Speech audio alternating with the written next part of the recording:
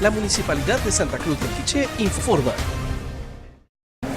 Es para mí muy grato hacerles ver a la opinión pública, a nuestros vecinos, que el día de hoy su servidor ha tomado posesión del cargo de juez de asuntos municipales de la Municipalidad de Santa Cruz del Quiché y ya estamos a sus órdenes. Las instrucciones que tengo del Consejo Municipal, especialmente del alcalde municipal, la reunión sostenida el día de ayer con ellos, es que todo lo que se relacione con el cargo de juez de asuntos municipales, las resoluciones y todo lo que se atienda, que sea dentro del marco de la ley. Esas son las instrucciones que yo puedo decirle. Las funciones están muy claras definidas en el Código Municipal, en las disposiciones finales. Tiene que ver mucho con el medio ambiente, eso implica la música que los comerciantes tienen en sus negocios, el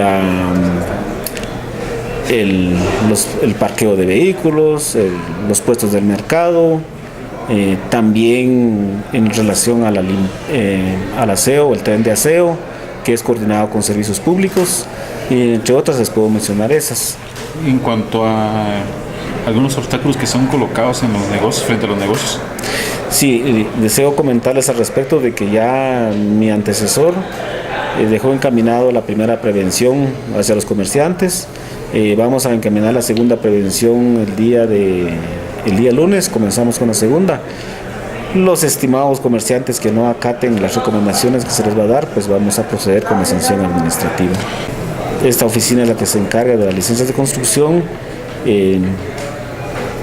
Traen un plano, el presupuesto, y de ahí se hace la deducción para cuánto es el impuesto que tiene que pagar el vecino que desea construir.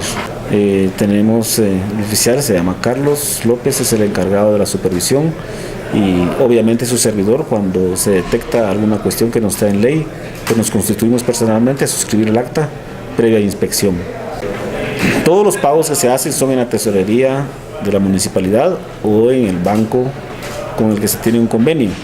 Todo pago que se hace lleva la advertencia que está extendido por la Contraloría General de Cuentas. Si el recibo no lleva la resolución de la Contraloría General de Cuentas, no es válido, sería una cuestión arbitraria, ¿no? Municipalidad de Santa Cruz del Quiché.